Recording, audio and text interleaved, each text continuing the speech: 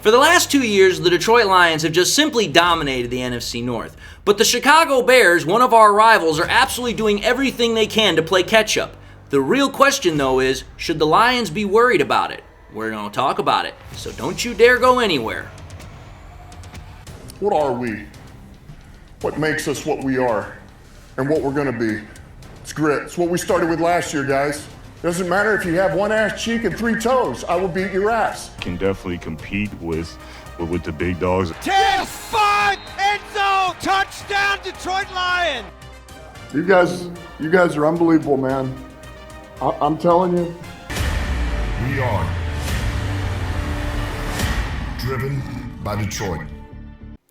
Hello, Detroit Lions friends, fans, and family members. Welcome on back to yet another episode of MCM Motor City Mania. I'm your host, David T. Pike. And as always, we're diving on in. So, folks, in this episode today, we're going to be talking about how a rival is trying to play catch-up. We're going to talk about how one of the teams that are in our division is trying to get to a point where they can compete with us. Now, obviously, if you paid attention to the thumbnail, the title, and obviously to my intro, you obviously know which team I'm talking about. And if you don't buy now, I'm about to tell you, it's the Bears.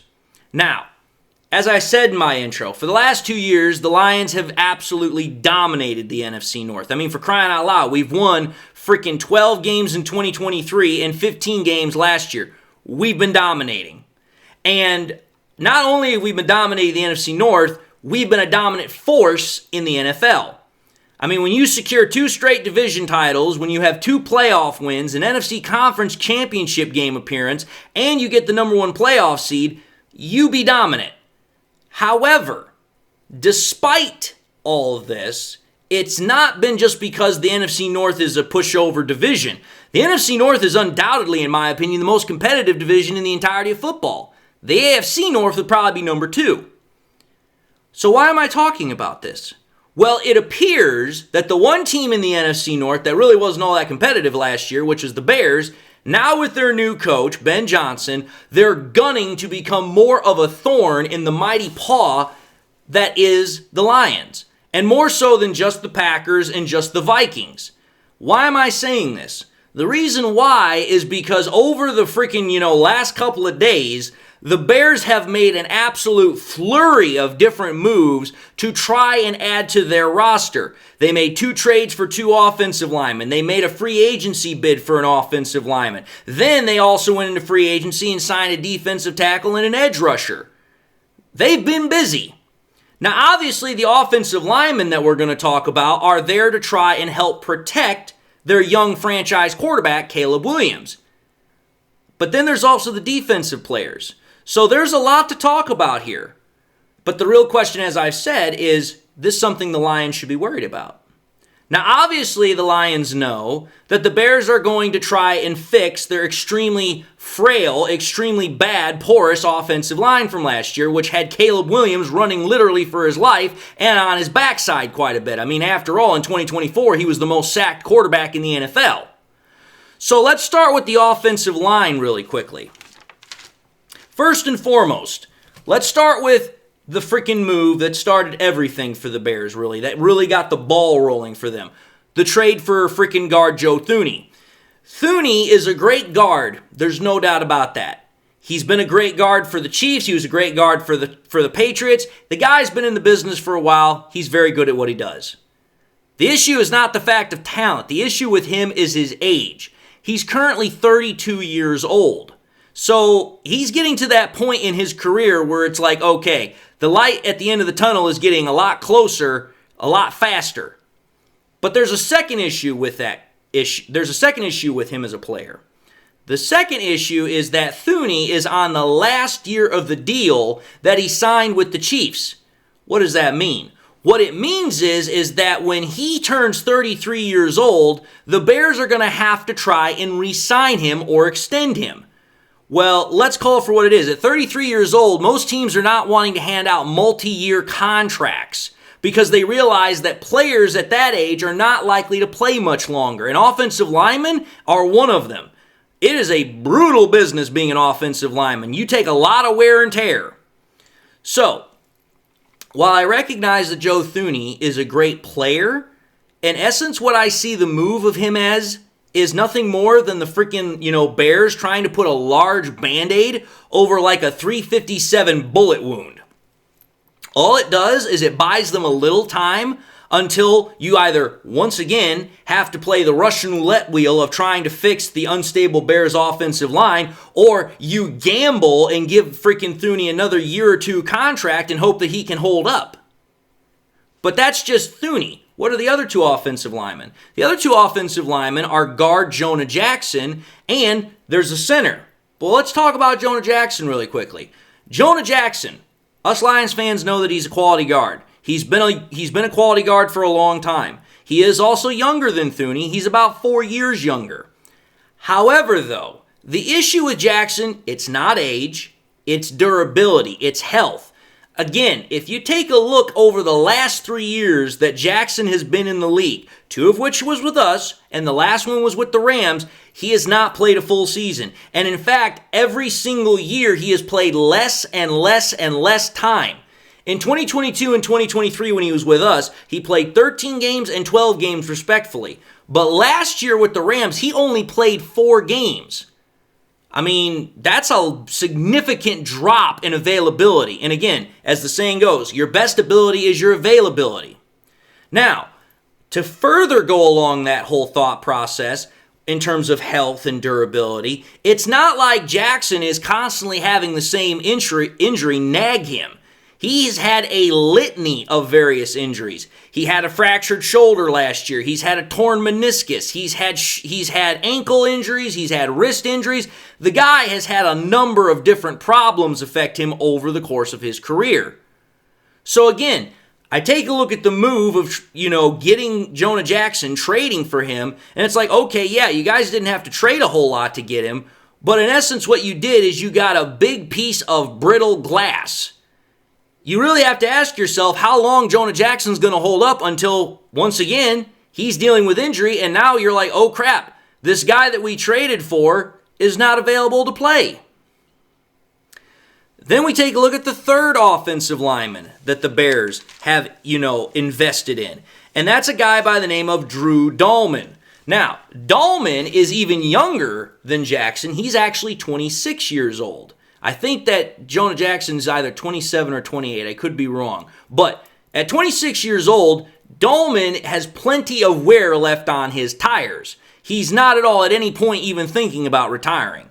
And if you take a look at the free agency notes, for crying out loud, he was the best center available in free agency. So obviously the Bears felt that they wanted to fix the interior of their offensive line. I mean, when you get 2 starting guards and a center, you're trying to fix the interior.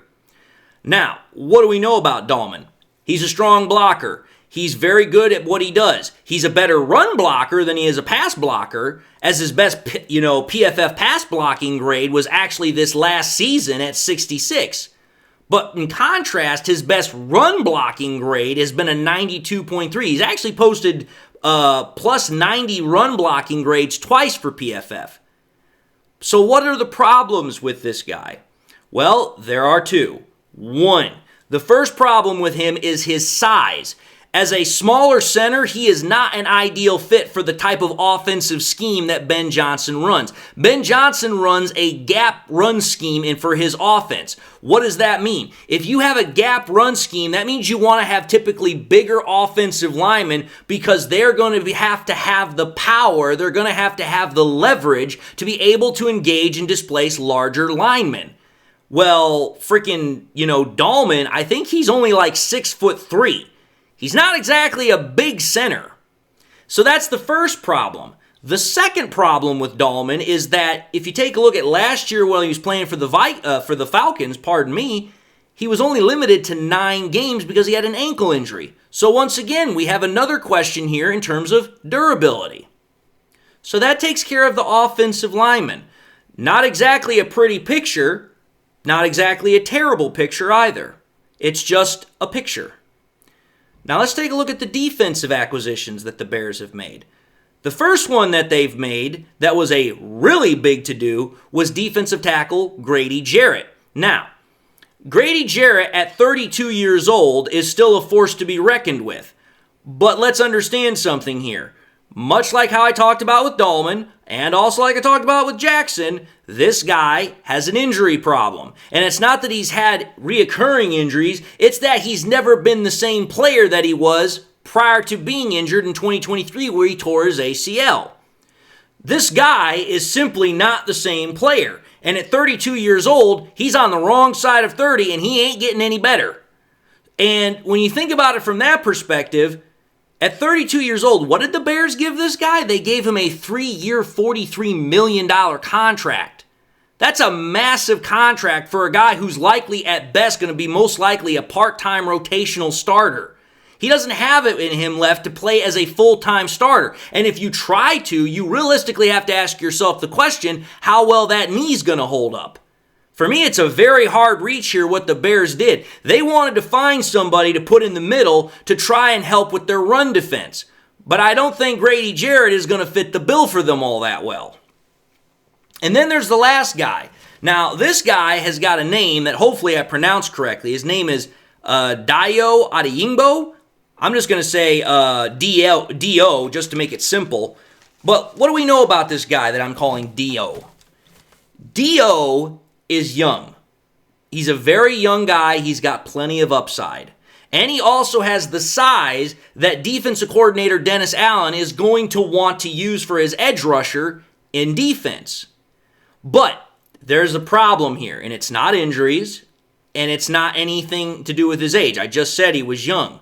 Rather, what the problem with this guy is that he's not very polished. He doesn't have a lot of experience. Out of all the snaps that this guy has had, he's been primarily a backup. The guy's only got 19 starts out of 61 career games. The Bears are pinning a lot of hope and, again, a lot of money because I think they gave this guy like another $40+ million contract for a guy that at best over the course of his career has been a rotational player. And, again, let's just keep this in context. This guy as an edge rusher is going to have to deal with our tackles, and there's a reason why Taylor Decker and Penei Sewell are where they're at. They're considered some of the better ones, if not the best ones in the freaking business, especially Penei Sewell. I wouldn't say that about Taylor Decker. I'd say he's up there, but he's not that far up there. But again, you just handed out a massive contract to a guy who's been at best a rotational player. So it's like, okay, the Bears have definitely made a lot of moves. They've definitely tried to play catch-up. But is it realistically going to be enough? In my honest opinion, I don't think so. And it goes more towards what's happening with the offense rather than the defense. Because again, your ability to get somewhere in terms of winning games, especially later on in the year, is going to be contingent on your quarterback play. Now, why do I bring quarterback into all this? Well, let me just put this down here for what it simply is. When you take a look at the quarterback situation for the Bears, there's a reason why I think the freaking Lions are not going to have to worry too much about the Bears, and it's because of Caleb Williams. And here's the reason why.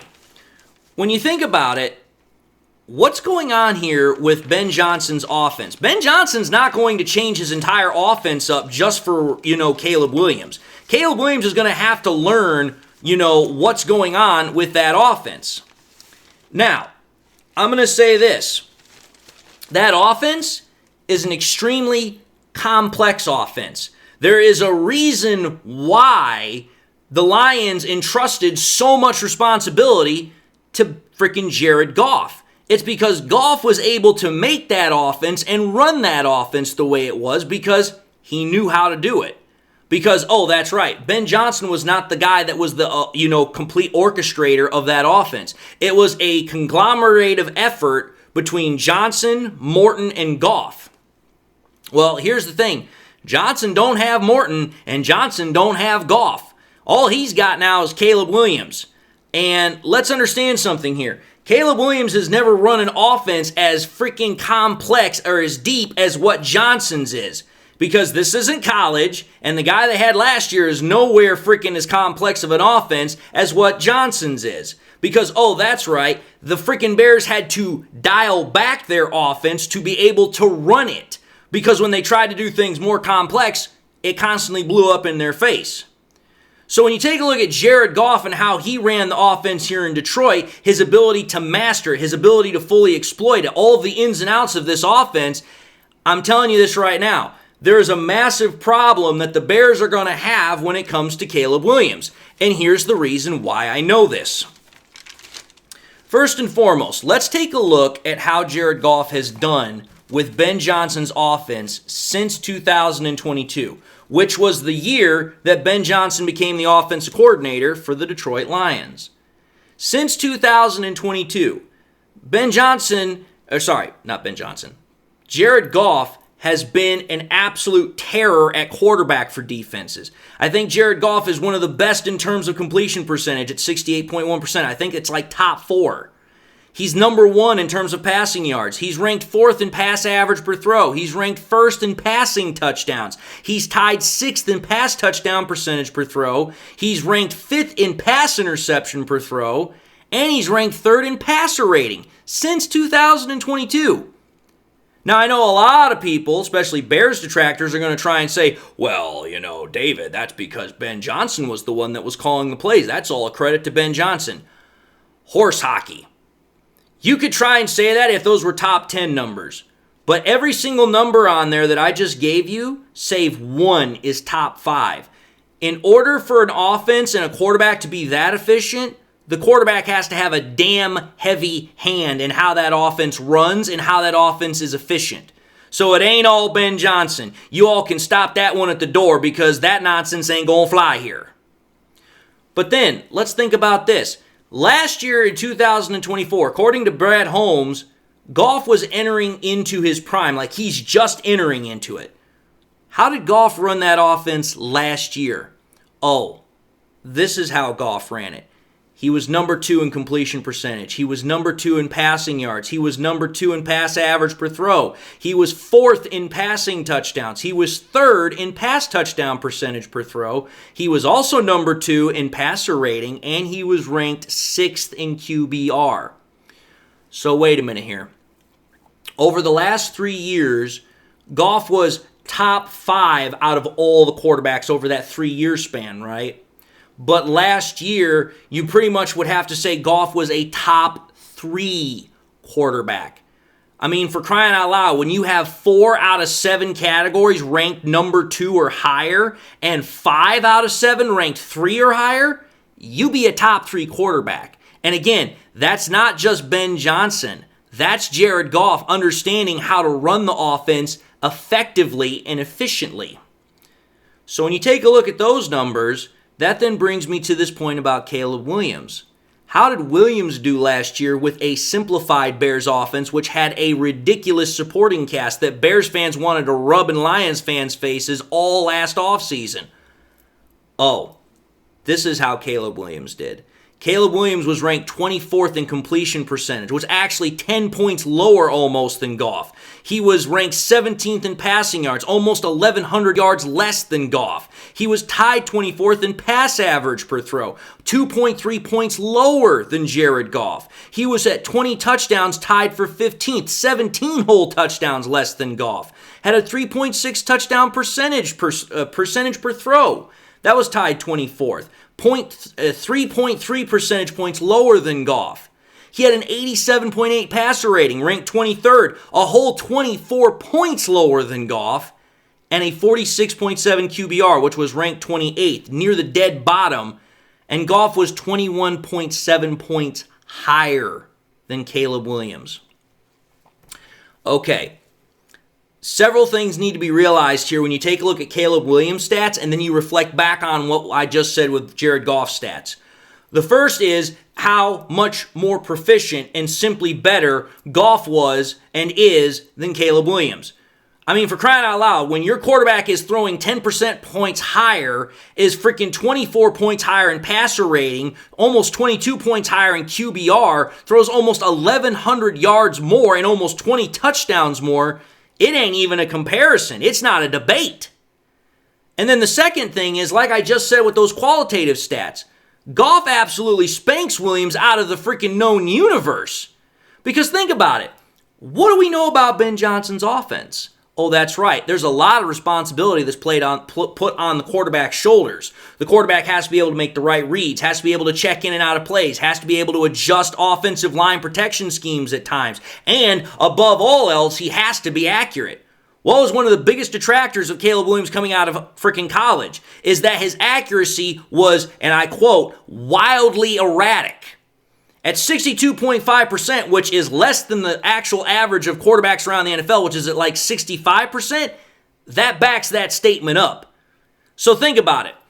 Caleb Williams has not had to do virtually any of the things that Jared Goff had to do last year, and now he's going to have to not only learn this complex offense, but he's also going to have to make it work on the field, something he's never had to do before. That's a big problem for Ben Johnson because it's like, okay, you get these offensive linemen, one of which is old, one of which is not a scheme fit due to his size, and the other is a freaking brittle piece of glass. You have a wildly inaccurate quarterback at times who has not played in a system as complex as this, has not had the responsibility of having to make checks, make different types of calls, make the correct reads, and all that nonsense. That's a lot of responsibility to get thrust on a quarterback's shoulder like that. So, when you think about all the things I just stated here, the point I'm trying to make here is, when you take a look at what the Lions have to worry about here, the Lions have, in essence, a center that's not a scheme fit for Johnson's offense, an old but good guard, a brittle guard, and over the hill, nowhere near as good as he used to be defensive tackle, and a young, inexperienced, untested defensive edge rusher. And so when you think about all that, you then have to ask yourself this question, as I've been asking. Should the Lions be worried? I don't think they should be. Not to the extent that, oh my Lord, it's freaking, the red button is flashing and, we're going to DEFCON freaking 1. I don't think that's even close to what we're going, or DEFCON Alpha, whatever it is. The point of the matter is that the Lions are going to be fine, because you have to think about it on the opposite side of us, the defense. Oh, that's right. Our defensive line is used to going up against Ben Johnson's offense in practice. Oh, and that's against a better offensive line, which, if I recall correctly from the practice reports, there were times our defense absolutely killed our offense. Then think about this. The defensive linemen that we have, most of them didn't get a chance to play all together last year against the Bears. Hutchinson was out and done for the season by the time we played the Bears twice. And the Bears only got to see our defense with Hutch, McNeil, and Reeder once. So the Bears have not seen our best front yet. And then finally, let's consider this as well. We also have familiarity not only with Ben Johnson's offense, and so we know its weaknesses, but we also have familiarity with Jonah Jackson. We know how to beat him too because, oh, that's right. A lot of the guys that are on our defensive line, they've gone up against Jonah Jackson not only in games but in practice. So they know how to beat him pretty well. My whole point is this. Should the Lions be worried? Am I worried? Should you be worried? No, you really shouldn't. The Bears have made moves. Yes, they've made noise. But that's about all they have done is make noise. Anyway, folks, I believe I presented my argument, so I'm going to end this episode and say thank you all for watching yet another episode of MCM Motor City Mania. If you like what you saw, I want to highly encourage y'all, please to make sure you do one of these three things. Like, comment, and subscribe. If by chance you subscribed in the past and you forgot to do so at the time, I want to highly encourage y'all, please make sure you hit that bell notification icon so that way you guys never miss any more content that I push out. I also want to highly encourage y'all, please make sure you also share this content with your Lions friends and family members. Share here on YouTube, share it on Twitter, share it on Facebook, share anywhere and everywhere you possibly can, so that way we can continue to help the channel continue to grow and spread. And with that being said, I hope you all guys found this information informative. Hopefully you guys found this episode to be fun. I truly want to make sure that that happens every time I push something out, whether it's the first time you're watching me or you guys have been watching me forever and a day. Hope you all got something in your life that makes you happy, makes you smile. God bless, my friends. And until the next time we meet, I'll see you all in the next episode.